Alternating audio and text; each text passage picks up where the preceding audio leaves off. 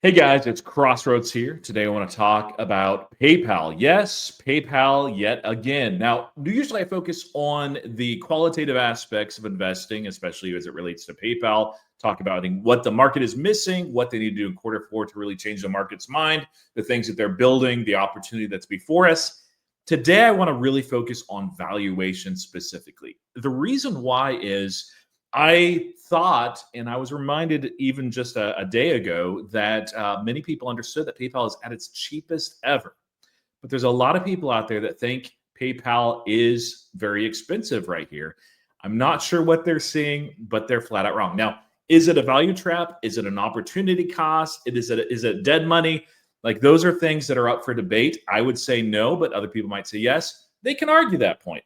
But what they cannot argue is that PayPal is expensive or at least not very cheap. Now, what really brought it to my attention was this right here. Now, Tanner, of course, was in PayPal. This is a clip that Otto Olson, I wanted to give him credit because it's done very well. It's about a minute long that shows his whole process of, of course, looking at PayPal, looking at the numbers, and being so shocked by what he saw that he ended up buying in just the next day. Now, that was one of several factors. But I'll also show you here in just a moment through Fiscal AI what he looked at. And there's a couple of measures that we'll look at this on. But let's take a look here. PayPal is the Bo Nickel of stocks. I know who Bo Nickel is, and I don't even get that. What does this mean? One of the original reasons I went in on PayPal. Once you go back in, it will have an impact. It can't go down forever, especially with a 10% buyback yield. I don't know. What's free cash flow? $1.7 billion of free cash flow. Can I see actually this looks like? Wow, this has gotten really good. One day later. Welcome to the Big Tech Frenzy. I bought back into this name because I just recently took a look and it was the cheapest that the stock has been trading over the past decade. I'm talking of PayPal. And he's back. Of course, Tanner is one that you cannot resist. A good deal. I know probably some of you are here for the same reason. Now, I think that you do need to invest in more than just valuation. Otherwise, you get stuck in something like Western Union, which looks really cheap, but I think is a value trap there. But we're going to focus on that valuation, looking at what Tanner saw and a couple other measures as well that shows how ridiculously cheap this is according to its historic norms. Now, there's a couple of ways, many actually ways to value companies. There's no wrong way, but it's usually best to not just have one favorite, but have maybe a basket of favorites, and you look at them from different angles. Now, if a company has a long track record, I think it's usually best to look at that valuation in terms of their history. When a company has been public as long as PayPal, that makes a lot of sense versus something that, has maybe been a public company for 3 years. It makes a whole lot more sense to look at it in the sector themselves. Good to do both, but we're going to focus mostly on PayPal's history and its relative cheapness to any other time in its history. So let's take a look right here, right quick. Now, quick note as we look at PayPal using Fiscal AI, this is a product that I absolutely love. And I'm going to say something a little bit different here. This is my first sponsor and my first sponsored video ever. I've been very selective and very careful. I've had this YouTube channel for about a year. I've done X actively for about maybe 2.5 years. I get flooded, even as small as I am, with offers and opportunities. And some are pretty good companies, but maybe just not the best fit. And there's a whole lot of stuff out there that, man, I wouldn't even want my worst enemy to subscribe to. So I've been very, very careful. And this is a company that I love. I absolutely love the product. I'm not saying it because they've sponsored me. Fiscal AI is good enough that I subscribe to very, very few products. I'm even at the point where I should subscribe to more like YouTube Premium and stuff. I just don't. That's kind of how I roll. But Fiscal AI was one of those that I was likely to add to my subscription list here, like in the next month, just because it has a free tier. It's great. But the higher tiers of Fiscal AI are just phenomenal for research. We're going to see it in just a moment. I'm going to put a coupon code down at the bottom that gives you a 15% discount. You also get a free trial at a higher grade. I believe it's enterprise grade that they test you out on. I might be mistaken on that. But regardless, you're going to get a 2-week free trial to see all the bells and whistles. But I want to kind of show you the platform and also show you PayPal at the same time. So if you're interested, be sure to check out that link below. But let's pull up PayPal here. And so we'll pull it up right here at the top. And we can see, by the way, like if you haven't used this product, like just try it out. It's awesome. For just companies that you love, it's awesome to be able to see, like one of the things I love is an investor relations when they have these fireside chats. You can go directly in here and see, of course, the full chat. You can play it right here. You can do an AI summary, or you can do a custom summary and just say, hey, tell me all about the things about Venmo. And it'll take, a little bit of time. You can go and do some other things. It actually doesn't take very long at all. And it's going to give you a curated summary, and it helps you know exactly where to look as well. So this is just awesome. Let's look at the financials there. So financials, we can see here, you can pull up income statement, balance, cash flow ratios, and that's what we're going to look at here. Segments and KPIs. This is probably my favorite feature on here. I'll just show you this real quick, and we're going to look at the ratios. This is key performance indicators. It differs for every single company. So where first is like income statement, balance sheet, cash flow, those are all largely the same. This instead helps you look down at KPIs that are very specific to a company. So things like active accounts percent change, net new active accounts, total payment volume, those sort of things, transaction take rates. We'll look at maybe just a little bit of this too to talk about maybe why it is trading so cheap. But let's just go to ratios right here, and I'll show you my third favorite thing, by the way. Okay, so what are some ratios that we want to look at? So first, let's look at price to earnings. That's one that a lot of people look at typically, and you can see the whole history over here as well. But what's even better is when you click on that little box, it immediately brings up a chart. Now, you can customize this chart a lot. I've only played with it a little bit. You can, of course, make it a smaller time frame. You can make it quarterly, semi-annual, last 12 months. You can change the way that the figures lay out. You can change the chart as well. But we can see objectively here. This is price to earnings. PayPal has been public since really right at the end of 2015. But we can see it's at its lowest ever. Now, that doesn't excite me. I mean, it excites me as an opportunity, but I prefer it be at its most expensive ever, because then we would have all made a lot of money on the way up. But stocks will do this from time to time, and companies will as well. Now, some people look at price earnings, they say, well, that's not good enough. There are other measures. And sure there are. Let's actually just add one. We're going to keep that right there. A lot of people use price to sales. I think that's kind of a mistake in companies at this stage of growth, especially that are optimized more towards earnings. But nevertheless, if you look up here, price to sales is trading at its lowest ever. Again, I mean, it got close back here, not for very long though. And we can even hone that down a little bit more. Let's go ahead and drag it real quick just to look at it.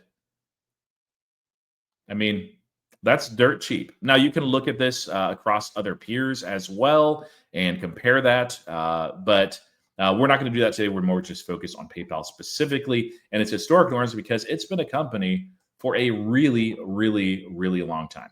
So now beyond that, you might say, well, okay, maybe it is cheap for a reason. And it could be. Like if we look at Western Union, let's take a look here. This is not a company I own. It's not a company I want to own. I think it's one that's being disrupted heavily. If you look at its share price as well, it's been really brutal. But let's look at price to earnings, and let's look at price to sales as well. This one, by the way, has just been beaten down, and they are doing buybacks. They're doing a lot of partnerships, a lot of growth opportunities. Yeah, you do not see, like it's trading cheaply. Price to earnings is 3.9, but it's actually not at its cheapest level ever. Price to sales is very, very low as well. You kind of have to zoom in. But honestly, this is a company that's being disrupted, and you can look at it in the bottom line. Now, I'm not going to dig into Western Union. You can do that yourself. But boy, I think the market is getting that one absolutely right. So enough Western Union. Let's look back at our PayPal stock here. And we can see, yes, trading objectively just dirt cheap relative to its historic norms. Let's also look at cash flow itself. So this is an important measure right here, because honestly, if you look at many companies that are in deterioration, their free cash flow is decreasing, their revenue is decreasing, their actual earnings are decreasing. Although they can get occasional bumps, you can see the trend very clearly. So let's take a look at some of those things.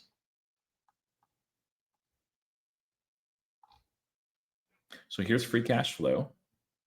Free cash flow, by the way, is it depends on the business, but it's pretty lumpy for PayPal. And so I would always recommend looking at least at it on an annual basis or trailing 12 months basis. Now, this is a little bit noisy. So all we're going to do is just remove metrics. We can do that entirely, or I can just uncheck the box right here. My computer is, by the way, a little bit slow. If I was on my laptop, it'd be a lot faster. But you can see the price to free cash flow, or rather the free cash flow, since Alex Chris has taken over in 2023, has jumped up quite a bit. They are, by the way, guiding for this year between $6 to $7 billion in free cash flow. We see what they put it up in the last quarter. In fact, let's look at it on a quarterly basis, even though that's not the best for PayPal, just because it is so lumpy and noisy. But we can see that it is looking, look terrible for 2 quarters, but they continue to say no because of some timing of some one-time events. Now, this was just a different one-time event that they benefited from. But other than that, this is clear improvement since Alex Chris has taken over. And again, it's a lot better on an annual basis as well, because you can really see the trend. And it'll look especially cheap, I believe, once they do report that $6 to $7 billion in free cash flow in 2024. Not 2024, but 2025. Now, we don't want to just look at free cash flow, but we also need to understand the free cash flow yield and also buyback yield as well, because a company can be putting up ridiculous amounts of free cash flow and it's increasing. But if the share price is increasing much, much more rapidly, all of a sudden you have a Palantir type of situation where it's great. Free cash flow is awesome. It's an amazing company, but it may not be a screaming buy on a price to free cash flow basis. So let's take a look at that ratio as well. So here we are back in ratios. I'm actually going to add buyback yield here. And I do love these secondary numbers. Some of them are more useful than others. This one's not particularly useful, buyback yield percent change. But for some numbers like revenue, when you're looking at the income statement, absolutely awesome just to have that easy checkbox there. So buyback yield, and we want free cash flow yield as well. Let's take a look. And let's go ahead and remove then free cash flow overall. We'll just remove that entire metric. And there we have it. You're looking at around a 10% buyback yield and a 10% free cash flow yield. Are these the highest ever? Well, no. You can see free cash flow yield actually spiked this time last year. Again, free cash flow can be a bit lumpy. We're likely to see another spike here in Q4, maybe to an all-time high. We'll have to see what they actually put that in, and of course, what the share price is at. But we know it's going to be a very good print for free cash flow in Q4 just because of their guidance. It's going to be great. Now, buyback yield is, again, something that is very much related to the share price, but they have about $15 billion left of buybacks. By the way, there was a 8K that came out that they added $5 billion of revolving credit. That's probably not for buybacks. Technically, they could use that, but that's never been PayPal's way. You could see they print plenty of free cash flow, enough for the dividend, enough for the $6 billion of buybacks that they do each year. So I expect that that's just going to continue. They keep it simple, 1.5 billion per quarter, pretty much no matter what. So if the share price continues to remain low, they're going to continue to absolutely increase that buyback yield, even if the buyback that they're doing is not increasing itself. And it probably won't, just because they added some dividends recently. But again, they have $15 billion left in their buyback program, and the market cap's like right around $60 billion. So that's absolutely wild to me.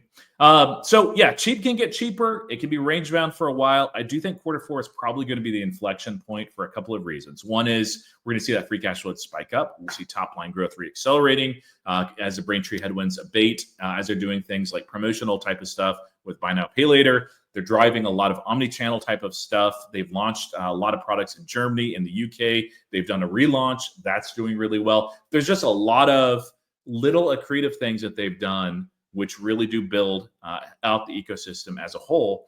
It will take some time. Again, I think they've completed the turnaround, and they're just beginning to accelerate in the direction that they need to. And so it might take some time. They're not going to jump from where they're at to $300 a share overnight. But I do think that we're on our way to an all-time high by 2030. Buybacks help. Free cash flow helps. And of course, having very credible leadership and management also helps. They don't have to grow 20, 30, 40% year over year. It'd be great if they did, but that's probably not going to happen. But I do see a scenario next year where they get back to double-digit top-line growth, and that's going to capture a lot of attention because people think PayPal doesn't innovate anymore. They're dead wrong, and they think that competition is eating them alive. There is competition, and that is real, but nevertheless, they're growing. So PayPal is trading at its cheapest ever. That's a frustrating thing for those of us that already have the position size that we want. I'm probably not going to add much to it unless it just gets absolutely stupid because it's already my third largest position and I have to be careful with sizing. But nevertheless, if I didn't have a position, I would be salivating over that just like Tanner did. And it would be very easy to click that buy button. Anyway, let me know what you think in the comments. Be sure, by the way, to check out your free Fiscal AI trial. It's a really, really good product, whether you like PayPal or not. It's a great way to look at stocks and companies and even to just see it visually, as well as go through when there's a lot of information on the company with those fireside chats and with, of course, earnings. You'll see the numbers right there. There's a whole lot of other stuff there that's great. The screener's great. Charting resources. You can look at multiple different companies is awesome. But nevertheless, check that out. Let me know what you think in the comments as well. And as always, thank you for watching, commenting, and subscribing. Until next time, happy investing.